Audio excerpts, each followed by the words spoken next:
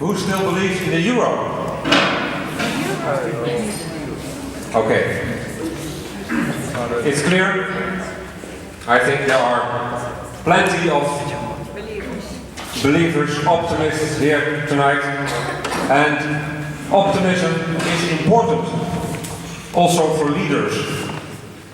A couple of months ago I interviewed Kofi Annan in Norway, and he said, if you are an optimist, you will die happier. So, think about that. Optimism could be the key thing tonight. First of all, I would have planned about 15 minutes to introduce the politicians, but that will be a shorter introduction tonight because there are still many people stuck in the traffic. The first guest that arrived tonight was Jimmy Jamar. He is head of the representation of the European Commission in Belgium. You raised your hand. You're clearly a believer in Europe. The other guests are still in the traffic, but just arrived Carlo Luijs, older man at the municipality of Saint-Gilles. Thank you for being here. I think we also have a lot of citizens here. And they are there. Yeah. They're yours. All yours. They came with the subway, I think.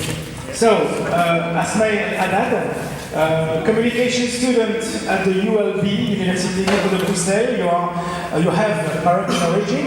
Anis Munt, welcome. You are Europe communicator. You were born on the German-Belgian border in Simrat. You are German, but you are living in Brussels since May 2011. Yassine Kouen, welcome, good evening, coach and consultant in communications. You were born in France, a French mother and a Moroccan father. You are French. Marine Imbrex, welcome. You are vice president au Centre de Culture Européenne in Brussels. You organize conferences around the world about Europe. You live in Brussels since more than 40 years. At last, Prabhu Rajagopal, you work in the broader social affairs sector. You are an Indian migrant. You moved to Belgium in the 80s. And you grew up in a European context. So now that the presentations are done, let's begin with the important part of this debate. And the first question, a simple question, but I don't think that the answer is so simple. The first question, and I will ask this first questions to our panel of citizens, do you feel European? So, who begins?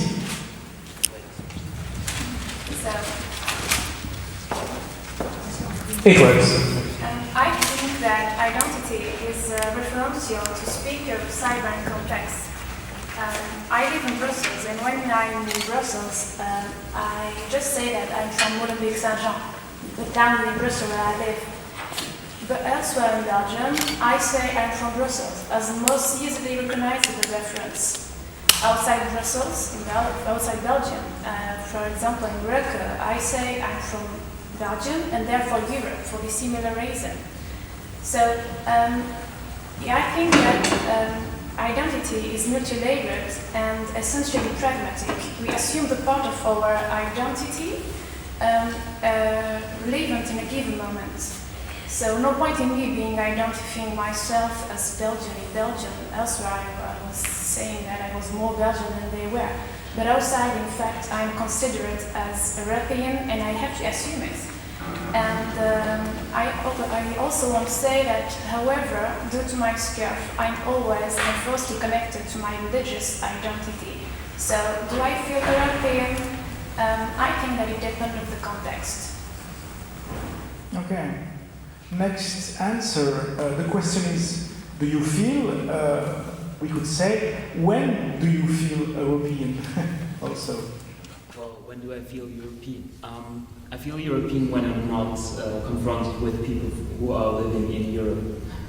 That's, for example, when I talk to people from the US, people from South America or Asia, or even people from Russia.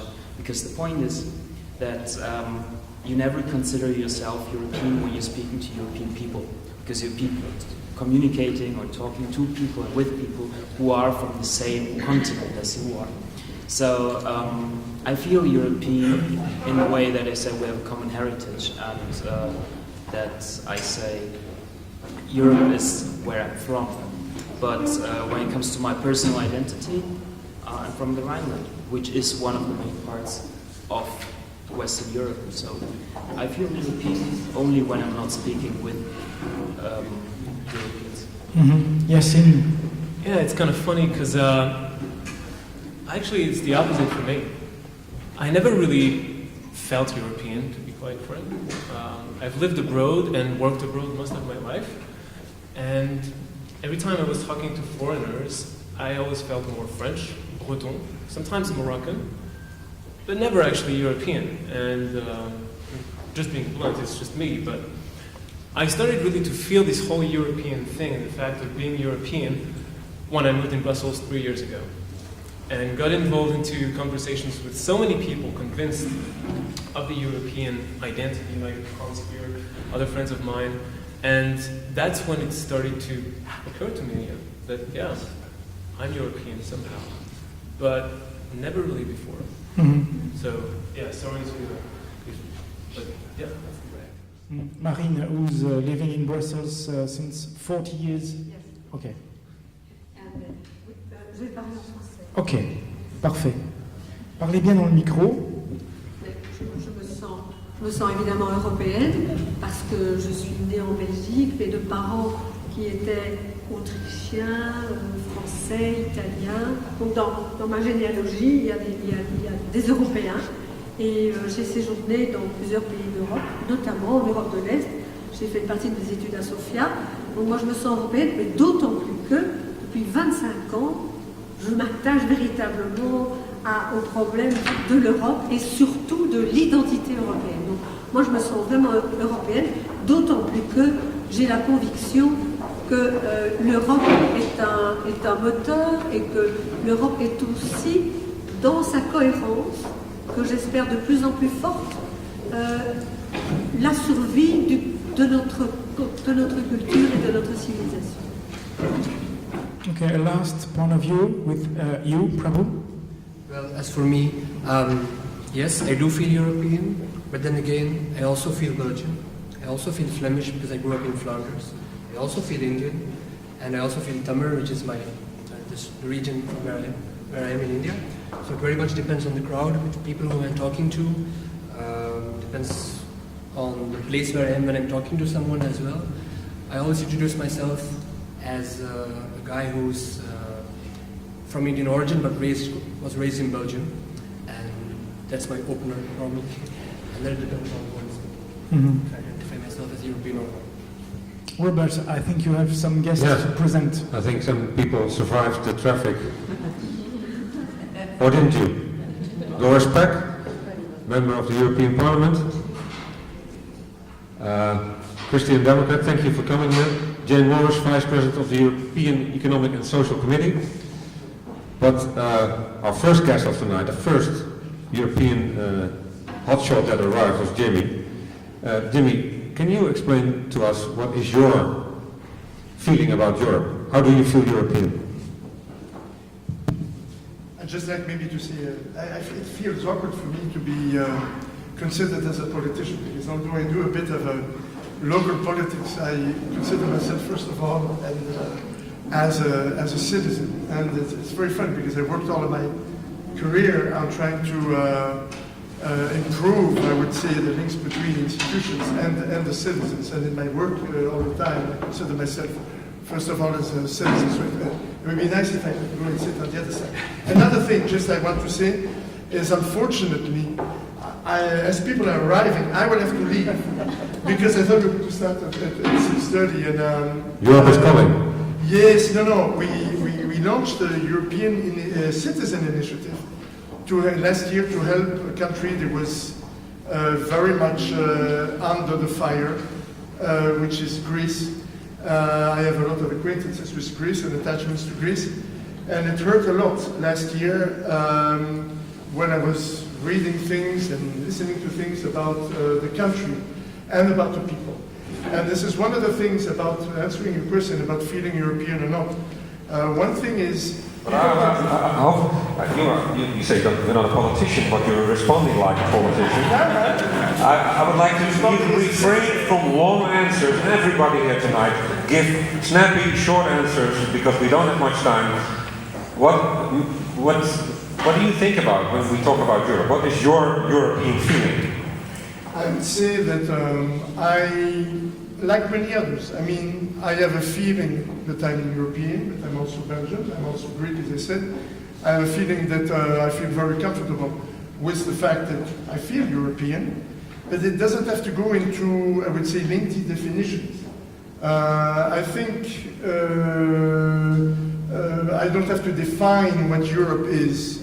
I think it's very dangerous when you try to do that. So my feeling is just I feel as European, as Belgian, as Bruxellois as well. Jane Morris, do you feel European? Yes. I'll be very quick because my explanation would be too complicated. I'm from Northern Ireland. So identity is a big issue for back home.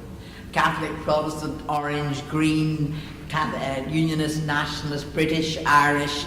I chose to be European when I was a teenager because of the problems in Northern Ireland, and I'm staying with European, and it's the best place to be. Okay. Carlo Raux, do you feel European, and when? When? I think since I was born. And tonight. And I think for the future as well. But I think, as Jimmy said, it's difficult to give a definition to what is Europe. Because for me, I feel European because I'm from Brussels, I'm Belgian, but I feel European in the sense that Europe is a project. Europe is a kind of a dream. So I like. Are you a dreamer? I'm a dreamer. I always have been a dreamer, but I think Europe lost some part of its dream. Europe was a dream in the beginning, a dream which made the reality, which makes that the countries which are part now of the European Union, it's impossible for but make it personal. What is your European feeling? So my European feeling is like part of this dream, but I feel also as a citizen of the world, or even the universe, if you like. But I don't want to feel European as an identity in contrast to what is out of Europe. Okay. Thank you. Doris Peck, do you feel European? Oh, for sure. I'm born in Saarland, and it was a battlefield between France and Germany. So at the end, we get back to Germany, and I think we have lived. What does it mean to reconcile? And I feel really European because I think we have a luxury of different cultures, and you can enjoy it wherever you are. You have a European culture, and I think being in Belgium, being in Saarland, being in Berlin, being wherever I am, I'm working on the Balkans. This is Europe, and this Europe is based on common values, and I'm sharing these values, and I hope that the kids of today could really get the smell of this vision of Robert Schuman and the others, because without this vision, this European Union will never continue. Thank you. I'm not completely satisfied with all the answers. If you want, I just want to know about a little more about you, the citizens, the panel here for the debate. You answered the first question, but another question would be interesting to ask. What does that mean to be European? You said you felt European, but what does that mean for you? Yeah, I agree. Okay. I'm wondering as well, actually. Yeah. Well, that's actually a quite easy question in a way for me. What it means to be European, first of all, to have the luck to be born in the late 80s, which is seriously an issue, because for us, who are most of us below 30 or just around 30, we grew up, and when we were 5 or 6 or 7 years old, there was no border control anymore. There was no one who wanted to see our passport. We could go wherever. We're used to the idea that we are actually able to go to vacation in any country when we were about 18, 16? Yeah, 18. For example, we had the Euro introduction. European integration is a reality, which means that to be European means that you are living the life you're living, which is, you don't think about whether your state where you're from is in any way important to the idea that what does your government say? Because, I mean, I have friends all over this continent, and most of the time all over this world, but especially all over this continent. And I do not care whether people are by their nationality Greek or Spanish, Portuguese, Swedish, whatever. I really don't care, because the point is they are people just like me. And we have one integration factor, which is even better, worse, depending on what you like, for the whole generation of which I'm from, which is we have a common music, the good old 90s. By music and taste, many people say it's crap, but the idea is put a bunch of people of the same age. I finish just a second. Put a bunch of people of the same age together, all from different European countries, and play some 90s, and everyone will sing. This is the point. We all have a common heritage already, which is we are the generation which for the first time lives Europe. That's a cultural answer. Doris Pack would be content about this one, no? Yeah. Yes, I'm content, because I think if everybody would think like he's thinking, it would be great.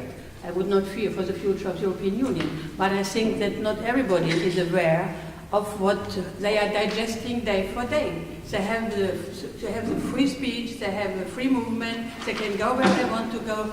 They can. It is the most luxurious time we ever had in the European Union. We just had today an exhibition in the Parliamentarium at the European Parliament, where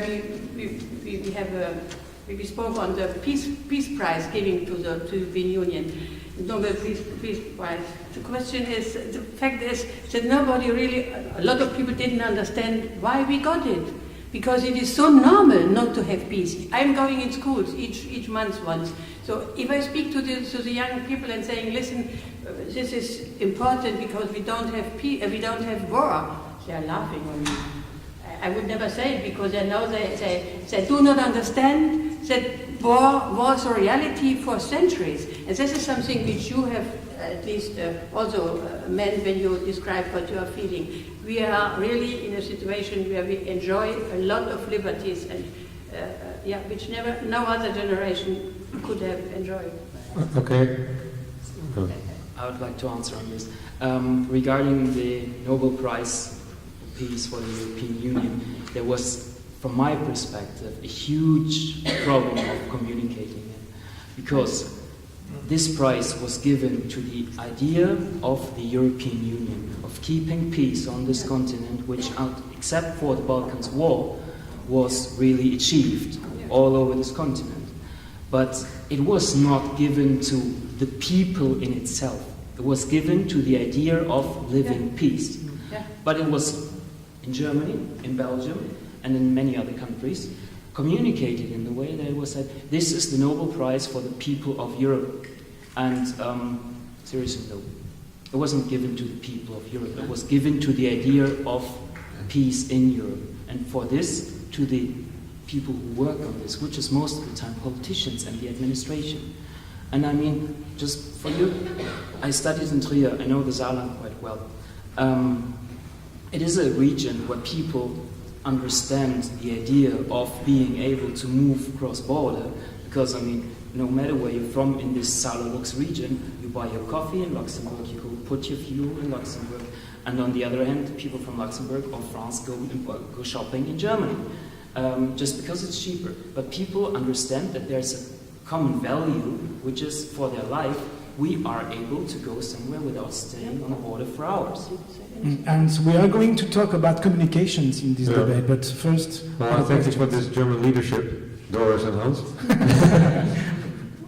Jane, you wanted to add something quickly? I just wanted to add something about the Peace Prize. The Peace Prize, I believe, was given to more than just keeping the peace in Europe. The European Union has been very, very instrumental in peace programmes in the world, including inside Europe, and that is Northern Ireland. It spent £1 billion bringing people together in Northern Ireland, and people aren't aware of that. And I think Europe is quite bad at selling its own story. And I believe the Peace Prize, exactly as you said, the Peace Prize was also for the work it is doing at the moment in promoting peace, and I think that's very valuable. Okay, thank you for this short common ground on European identity. Is there anybody in the audience that would like to ask a question now? We are only allowing one short question now. You have a microphone there. Come in.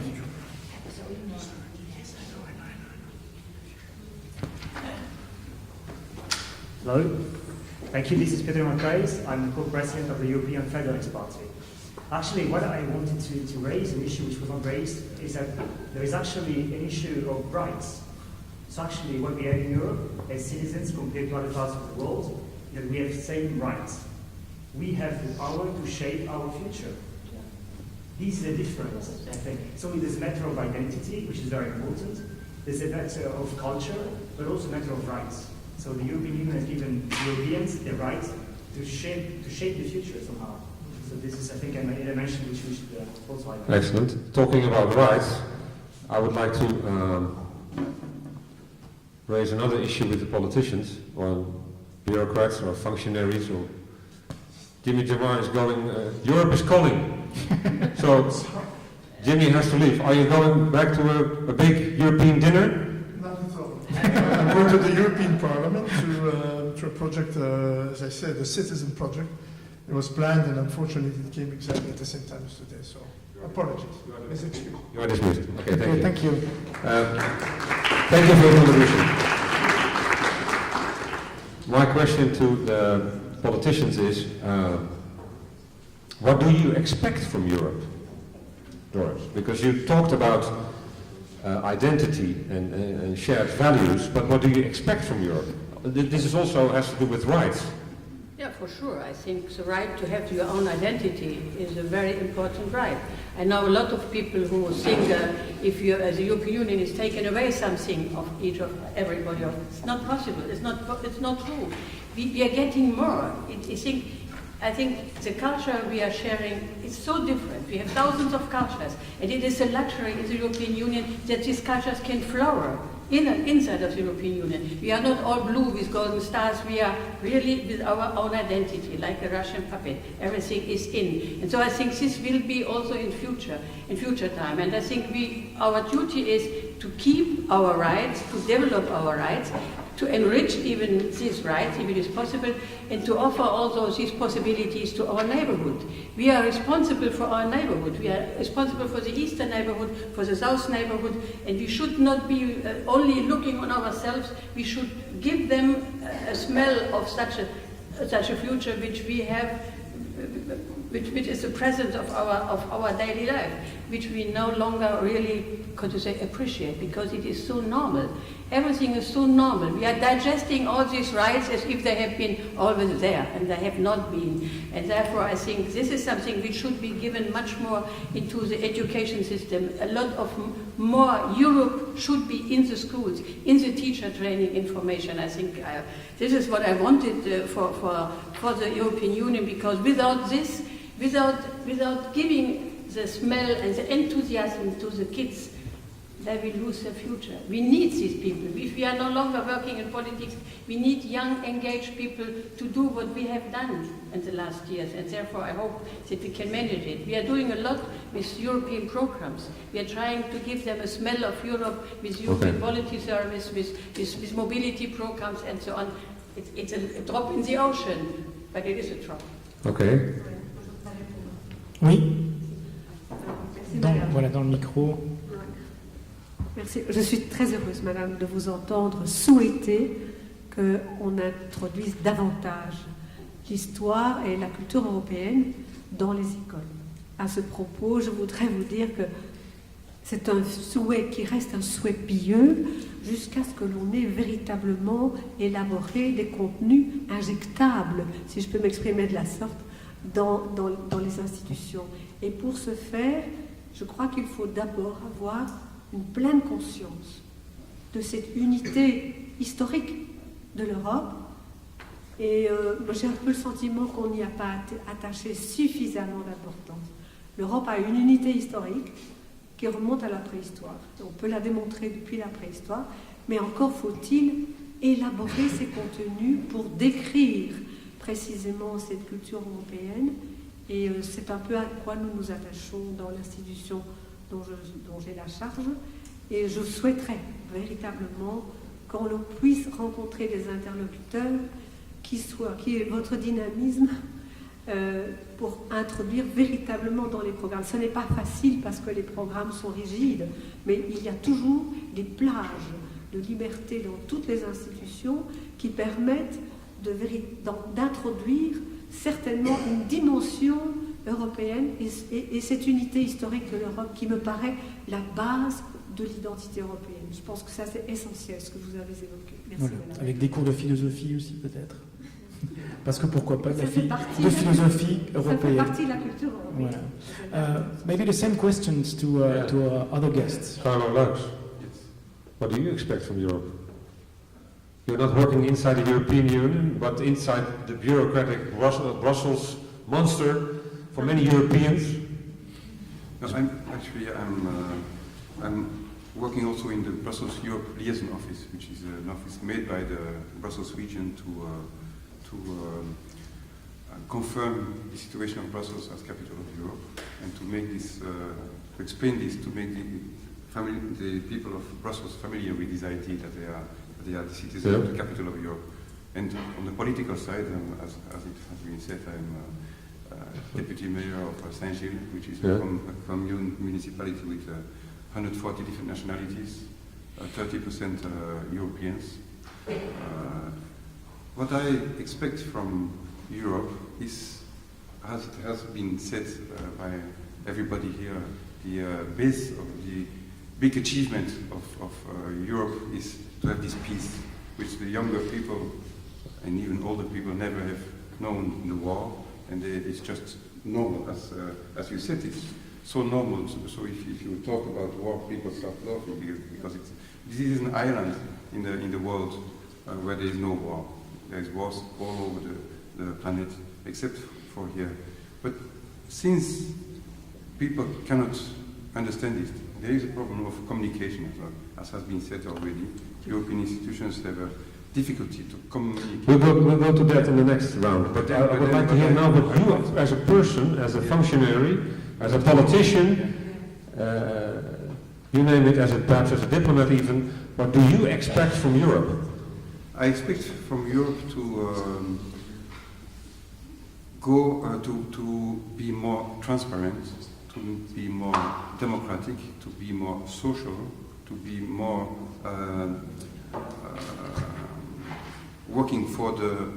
You're looking very funny, Doris, at this moment. Yes. Why? Your neighbor is... I cannot understand that this question of more democratic is all the time mentioned. This parliament is the most democratic ever. I have been in the German Bundestag, and I can tell you, if you compare any national parliament with this parliament, you would understand that this is a democratic body. We don't have a government which we have to support if we want it or not, or to put it down if we want it. I think we are there. Nobody has a majority. We have to work for consents. We have to work for compromises, and then we are doing laws. It's not a parliament which is not doing anything, which is a legislator, as the Council of Ministers is a legislator. Okay. And the problem is really that this parliament is really so democratically constructed and working that we could give an example for the national parliaments. Okay, they cannot do it because they have to support the government. You made your point. We don't have a government, fortunately. Carlo, you are totally wrong. No, the parliament, I agree about the parliament, but the parliament doesn't have enough power. So, why not?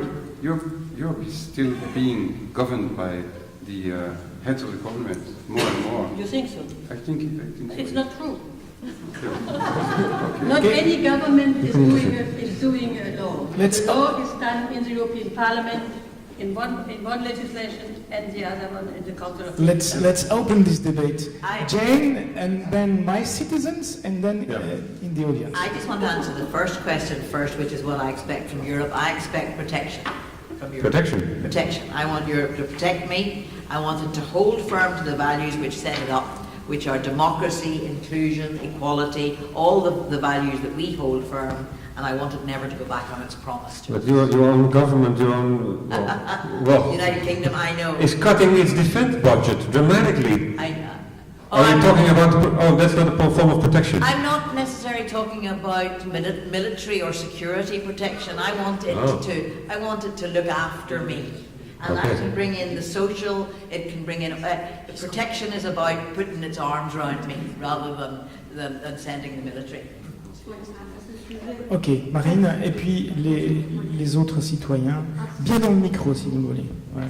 Alors, à ce sujet, pensez-vous vraiment que l'on puisse garantir la paix en Europe sans garantir en même temps la paix dans le monde et de surcroît?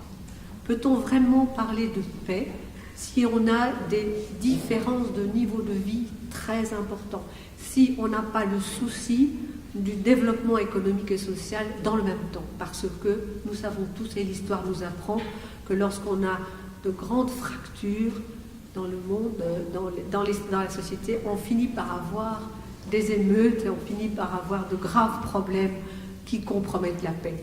Je pense que ça, c'est un élément dont on ne devrait pas oublier. Donc créer des structures de production dont l'Europe manque cruellement de nos jours, qui puissent garantir l'équilibre économique et par conséquent l'équilibre et la paix. Ok, avant peut-être de laisser nos invités répondre, peut-être écouter les autres points de vue. What do you expect from Europe? Asmae, Hans, Yassine or Prabhu also? Who begins? Do you expect something? And what do you expect?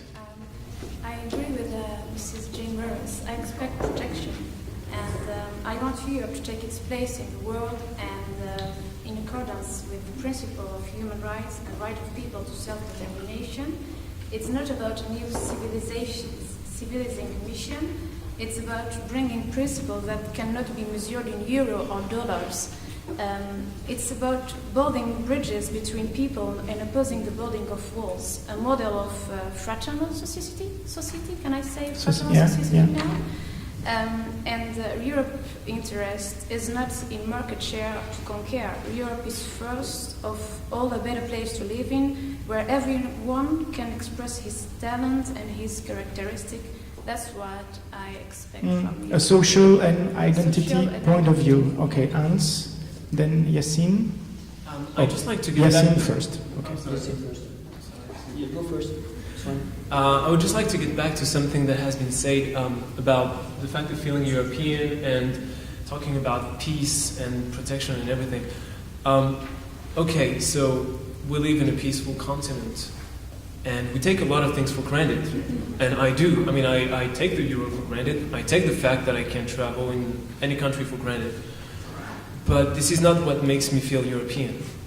It made me feel European when I was 12. I remember very well. It was l'écu at the time. They were talking about l'écu, and I read this in those young children books, and I felt, wow, that's awesome. I felt really something there. And then okay, well, now we have the euro. So what's next? And same with the feeling of being in a continent of peace. That's not really what makes me feel European in any way. Now what I expect from Europe, frankly, I don't know, you tell me, but okay. Do you expect we're something? gonna get back to, I don't really expect it. I think you have a European ideal. You have at least one ideal, or not? I'm really frustrated. One principle. I think it's very frustrating because I come here, as I told you, I don't want to play the cynical guy who says, I've never felt European, blah, blah, blah. This is just the truth. I started to feel this when I got here, and when I met people talking about it, and the frustrating thing about this is that I know that it's real. I know that some people believe in it. I'm starting myself to feel, okay, there's actually something to do. And when I met some young Arab leaders recently, who were telling me about how they were amazed at this, I rediscovered myself the feeling I had when I was 12. But then, in terms of communication, I know we're going to get back to this, there is nothing. It's, like, where I'm from, okay, we're all educated, we all studied, and we felt this European thing. Where I'm from in France, I grew up in a banlieue. Trust me, they don't know nothing about Europe, and they don't really give a damn. Okay, Hans? What I expect answers to all of you three. First, it is right that a lot of European policy is still done by the European governments. And this is one thing why I expect a change. Because as long as we have nation-states governments doing anything like they're doing now, there is no real progress in any better idea of overcoming the nation-state, which was, as far as I remember, the idea of Robert Schuman. Regarding the parliament, yes, it is the most democratic parliament we have. The problem is no one knows about it. And as long as we don't change this, we will never have people understand that nation-state parliaments are not as democratic as the European Parliament. And when it comes to the idea of, and I want to change this, I want people to understand that this. You also talked about the German Parliament, no? Also talked about the German Parliament. And to the idea of, I want Europe to protect me. If this is so, I expect from Europe, protect, for example, the people in Hungary, protect the people in Greece, in Spain, Portugal, wherever. Do something about it. And I mean, there are groups who are doing something right now. There are a lot of people who started to get engaged. And there are, on the other hand, still these people all over the European administration and politicians who say, okay, if it's not from my party, I do not support it. What I expect is work together, be European. Are these the groups that are possibly the victims of the euro? No. Or the euro management? No, not at all. They are people, most of the time I know, based here in Brussels, who had the idea, for example, to work together to help people understand all over the continent what's actually going on. I want to hear Prabhu and then the answers of our politicians. What's your idea? What do you expect? Is it social expectations, political expectations? For me, it's growth expectations in terms of personal growth. So for me, it's personal expectations in terms of personal growth. I expect that Europe gives all its inhabitants opportunities and gives them the necessary means to develop themselves, be it as a student, be it professionally, be it in all types of lifelong learning schemes, be it culturally. I mean, the fact that people can travel around freely once you have freely and comfortably throughout Europe, once you have your residence permit in one country, it's an asset. You cannot underestimate this asset.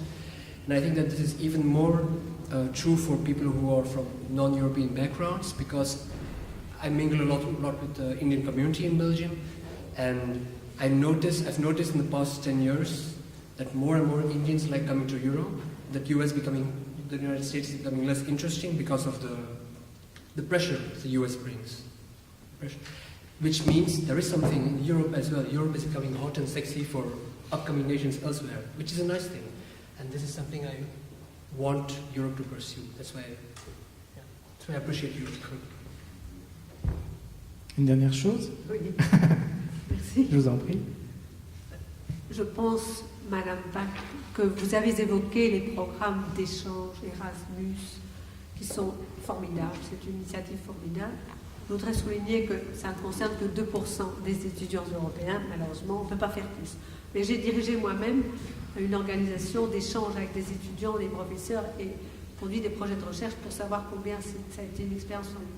Mais je voudrais insister, si vous le permettez, sur un aspect plus fondamental, à savoir, puisqu'on demande qu'est-ce qu'on attend de l'Europe, à savoir élever le niveau de compétence. Est-ce qu'on a suffisamment le souci d'élever le niveau de compétence et de qualification des Européens, des jeunes notamment, encourager l'exigence dans la formation des jeunes, parce que bien souvent on assiste tout de même à un courant assez démagogique Et la démagogie, c'est un chancre destructeur, comme vous le savez. Et donc,